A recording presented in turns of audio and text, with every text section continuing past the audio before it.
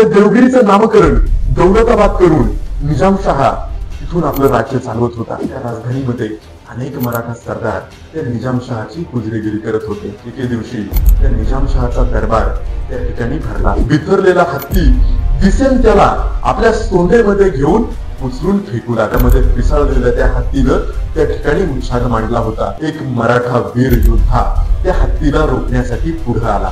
त्याचं नाव होतं दत्ताजीराव जाधव। राजे लखोजीराव जाधव यांचा सुपुत्र आणि शहाजीराजे भोसले यांचा मेहुणा। करणारं सैन्य पाहून दत्ताजीचा राग अनावर झाला। त्यामध्ये शहाजीराजांचे बंधू संभाजीराव भोसले देखील होते। संभाजीरावांनी दत्ताजीला अडवण्याचा खूप प्रयत्न केला, परंतु दत्ताजी त्या ठिकाणी थांबला नाही। त्याने कमरेची तलवार काढली आणि त्या हत्तीच्या सोंडेवरती वार केला। हत्तीच्या सोंडेवरती वार होताच त्या ठिकाणी रक्ताचा फवारा उडाला। तो दत्ताजी त्या हत्तीच्या रक्तानं न्हाऊन निघाला। हत्ती उलमडून खाली पडला आणि खाली पडताच मेला। दत्ताजी फक्त हत्तीला मारून शांत झाला नाही, तर त्याने ती कमरेची काढलेली तलवार त्या संभाजीराव भोसलेंवरती उभारली आणि दत्ताजीराव जाधव त्या ठिकाणी मारले गेले। जाधव मंडळी आणि भोसले मंडळी एकमेकांच्या विरोधात एकमेकांच्या समोर उभी राहिली।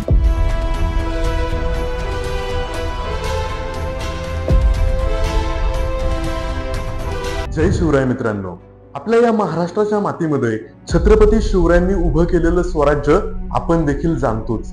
परंतु हे स्वराज्य उभं करत असताना या स्वराज्याचा पाया जर कोणी रचला असेल तर तो महाराजांच्या जन्मापूर्वीच त्यांचे वडील शहाजी महाराज आणि त्यांच्या मातोश्री राष्ट्रमाता राजमाता जिजाऊमा साहेब या दोघांनी रचला। देवगिरीचं साम्राज्य नष्ट झाल्यानंतर या महाराष्ट्राच्या मातीमध्ये 300 वर्ष वेगवेगळ्या सुलतानांनी आळीपाळीनं आणि या महाराष्ट्राचे तुकडे करून एकत्रितरित्या राज्य केलं।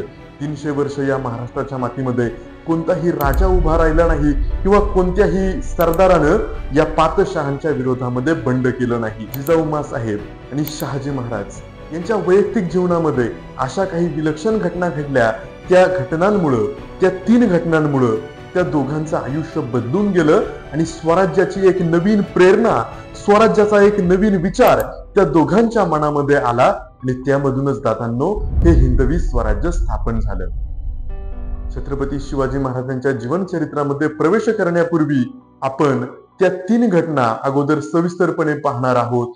त्यानंतर शहाजी महाराजांनी केलेली बंड देखील पाहणार आहोत आणि मग शिवाजी महाराजांचं खऱ्या अर्थानं जन्मापासून तर राज्याभिषेकापर्यंतचं संपूर्ण चरित्र पाहणार आहोत। दादांनो, साल होतं ते 1622। या महाराष्ट्रामध्ये कुतुबशहा, आदिलशहा, निजामशहा आणि मोगलशाही असे वेगवेगळे सुलतान वेगवेगळ्या ठिकाणावरून या महाराष्ट्राचे अक्षरशः तुकडे पाडून या महाराष्ट्रावरती राज्य करत होते। देवगिरीचं मराठ्यांचं राज्य 300 वर्षांपूर्वीच नष्ट झालं होतं। त्या देवगिरीचं नामकरण दौलताबाद करून निजामशहा तिथून आपलं राज्य चालवत होता। एकही मराठा सरदार, एकही मराठा राजा त्या ठिकाणी राज्य करत नव्हता। सर्व मराठा सरदार वेगवेगळ्या शाह्यांची नोकरी करत होते, गुलामगिरी करत होते। असंच एक वेरूळचं भोसले पाटील घराणं, त्या घराण्यातील मालोजीराजे भोसले हे देखील त्या निजामशहाची चाकरी करत होते आणि सिंदखेड राजाचं जाधवराव घराणं, या घराण्यातील लखोजीराव जाधव हे देखील दौलताबाद या ठिकाणी निजामशहाची चाकरी करत होते। जाधवराव घराण्यामध्ये जिजा या सुलक्षणी मुलीनं जन्म घेतला होता आणि भोसले घराण्यामध्ये शहाजी नावाच्या एका कर्तृत्ववान पुरुषानं जन्म घेतला होता। पुढे जाऊन मालोजीराजे भोसले एका लढाईमध्ये मारले गेले। त्यांच्या मृत्यूनंतर देखील लखोजीराव जाधव यांनी त्यांची कन्या जिजा हिचा विवाह मालोजी राजांच्या शहाजी नावाच्या पुत्रासोबत करून दिला। पुढे जाऊन लखोजीराजे जाधव आणि त्यांचे इतर सर्व चिरंजीव आणि शहाजीराजे भोसले आणि त्यांचे इतर सर्व बंधू हे निजामशहाच्या दरबारामध्ये एकत्रपणे नोकरी करत होते। जिजाऊमा साहेब आणि शहाजीराजे यांचा सुखाचा संसार चालू होता। 300 वर्षांपूर्वी मराठ्यांनी ज्या राजधानीमधून संपूर्ण महाराष्ट्रावरती सत्ता गाजवली ती मराठ्यांची राजधानी देवगिरी आता निजामशहाची राजधानी झाली होती. त्या निजामशहानं त्या देवगिरीचं नामकरण दौलताबाद केलं होतं. आणि दादांनो, त्या राजधानीमध्ये अनेक मराठा सरदार त्या निजामशहाची हुजरेगिरी करत होते. त्यामध्ये जाधवराव घराणं होतं, भोसले घराणे होतं. एके दिवशी त्या निजामशहाचा दरबार त्या ठिकाणी भरला. दरबारामध्ये दरबाराचे सर्व मानकरी, सर्व सरदार, सर्व मंत्रिमंडळ त्या ठिकाणी उपस्थित होतं. दरबार संपल्यानंतर सर्व मानकरी, सर्व सरदार, सर्व मंत्रिमंडळ आपापल्या घरी जाण्यासाठी निघाले. यामध्ये लखोजीराव जाधव हे आघाडीवरती होते. ते दरबारातून लवकर बाहेर आले आणि दरबाराच्या बाहेर देखील निघून गेले. त्यानंतर दरबाराच्या बाहेर घरी जाण्यासाठी प्रचंड मोठी झुंबड उडाली. अनेक सरदारांच्या पालखीचे भोई, हत्तीचे माहूत, घोड्याचे शिलेदार त्या ठिकाणी उभे राहून आपल्या सरदाराची वाट पाहत होते. याच वेळी खंडागळे नावाच्या एका सरदाराचा हत्ती त्या ठिकाणी बिथरलेला हत्ती दिसेल त्याला आपल्या सोंडेमध्ये घेऊन उचलून फेकू लागला. दरबाराच्या बाहेर प्रचंड मोठी अशी झुंबड उडाली होती आणि त्यामध्ये पिसाळलेल्या त्या हत्तीनं त्या ठिकाणी उच्छाद मांडला होता. एकाही वीराची, एकाही मर्दाची त्या ठिकाणी त्या हत्तीला रोखण्यासाठी छाती होत नव्हती. अशातच एक मराठा वीर योद्धा त्या हत्तीला रोखण्यासाठी पुढे आला. त्याचं नाव होतं दत्ताजीराव जाधव.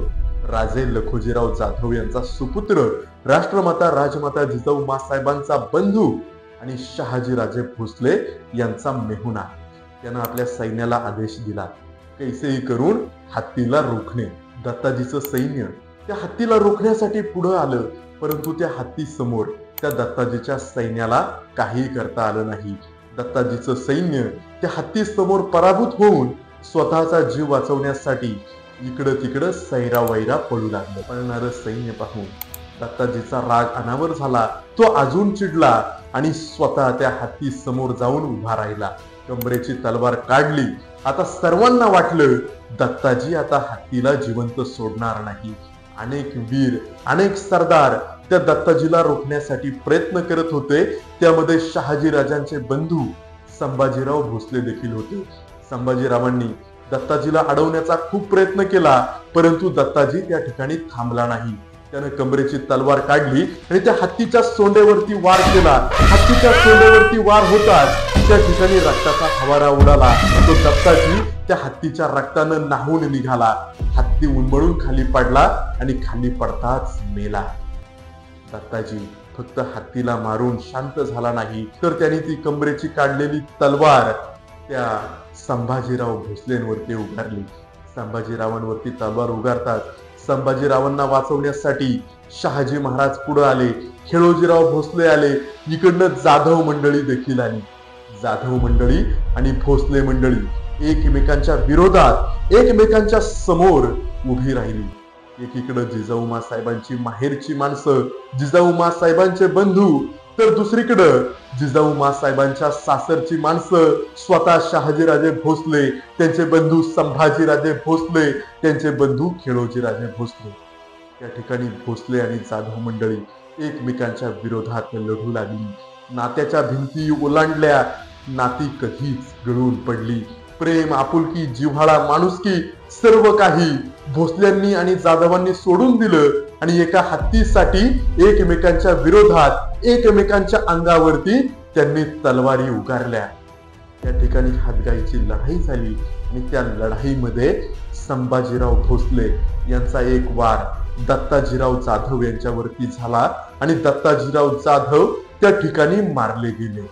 भोसल्यांच्या हातून जाधवरावांचा एक वीर योद्धा त्या ठिकाणी मारला गेला. निजामशहाच्या दरबाराच्या बाहेर घडलेला प्रसंग राजे लखोजीराव जाधव यांना अर्ध्या रस्त्यामध्ये समजला. बातमी समजताच ते गेल्या पावली पाठीमागे आले तर पाहतात तर काय, त्यांचा मुलगा दत्ताजीराव जाधव हा रक्ताच्या थारोळ्यामध्ये पडलाय. तर त्याच्या बाजूला स्वतःचा जावई शहाजीराजे भोसले, त्यांचे बंधू खेळोजीराव भोसले, संभाजीराव भोसले हे तलवारी उगारून उभे आहेत. लखोजीराव जाधव यांनी देखील मागचा पुढचा विचार केला नाही, नात्यांचा विचार केला नाही. नात्याच्या भिंती ओलांडल्या आणि कमरेची तलवार काढली. कमरेची तलवार काढताच त्यांनी पहिला वार केला शहाजी राजांवरती. वार शहाजी राजांच्या दंडावरती झाला. वार वर्मी होता. वार होताच शहाजी राजांना भोळ आली आणि ते खाली पडले. भोळ आली म्हणून शहाजी राजे बचावले. दुसरा वार लखुजीरावांनी केला संभाजीराव भोसले यांच्यावरती. वार होताच क्षणी संभाजीराव भोसले त्या ठिकाणी मृत्युमुखी पडले. मरणाचा बदला मरणाने घेतला. पहिल्यांदा भोसल्यांनी जाधवराव मारला तर दुसऱ्यांदा जाधवांनी भोसल्यांना मारलं. अखेर निजामशहा दरबाराच्या बाहेर आला. भोसल्यांचा आणि जाधवांचा वाद त्या ठिकाणी त्यांनी मिटवला. जाधवराव मंडळी दत्ताजीराव जाधवाचं प्रेत घेऊन निघून गेली. भोसले मंडळी जायबंदी झालेले शहाजी राजे आणि मृत्युमुखी पडलेले संभाजीराव भोसले यांना घेऊन निघून गेली. भोसल्यांनी संभाजीरावांसाठी शोक केला. जाधवांनी दत्ताजीरावांसाठी शोक केला. परंतु त्या राष्ट्रमाता राजमाता जिजाऊमा साहेब यांनी शोक तरी कोणासाठी करायचा? एकीकडं सक्का भाऊ मरून पडलाय तर दुसरीकडं दीर मरून पडलाय. शोक करायचा तर तो कोणासाठी करायचा? जिजाऊंनी शोक केला तो या महाराष्ट्राच्या दुर्दैवासाठी, मराठ्यांच्या दुर्दैवासाठी. मारणारे देखील मराठे होते आणि मरणारे देखील मराठे होते. परंतु मराठे ज्यांच्यासाठी मरत होते ते मराठे नव्हते आणि मराठे ज्यांच्यासाठी मारत होते ते देखील मराठे नव्हते. हे सुलतान आळीपाळीनं महाराष्ट्रावरती राज्य करत होते, परंतु त्यांच्यासाठी मरणारे आणि मारणारे फक्त मराठे होते. दादांनो, जिजाऊ रडल्या. त्या महाराष्ट्राच्या दुर्दैवासाठी रडल्या. या मातृभूमीच्या स्वातंत्र्यासाठी रडल्या. प्रचंड अस्वस्थ झाल्या जिजाऊ मासाहेब त्या ठिकाणी. पुढे जाऊन जाधवराव घराणं आणि भोसले घराणं कायमचं एकमेकांसाठी पारखं झालं. परंतु जिजाऊ मासाहेब आणि शहाजी राजे यांच्यावरती असलेलं प्रेम तसूबरही कमी झालं नाही. जिजाऊ मासाहेबांनी आपला बंधू मारल्याचा राग कधीही शहाजी राजांवरती काढला नाही. शहाजी राजांनी देखील आपल्या सासऱ्यानं आपला भाऊ मारला या गोष्टीचा राग कधीही जिजाऊ मासाहेबांवरती काढला नाही. या घटनेनंतर मात्र जिजाऊ मासाहेब आणि शहाजी महाराज यांच्या आयुष्यावरती विलक्षण परिणाम झाला.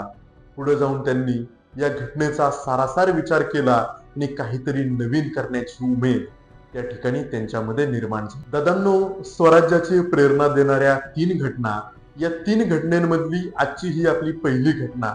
आपण अजून 2 घटना पुढील 2 भागांमध्ये पाहणार आहोत.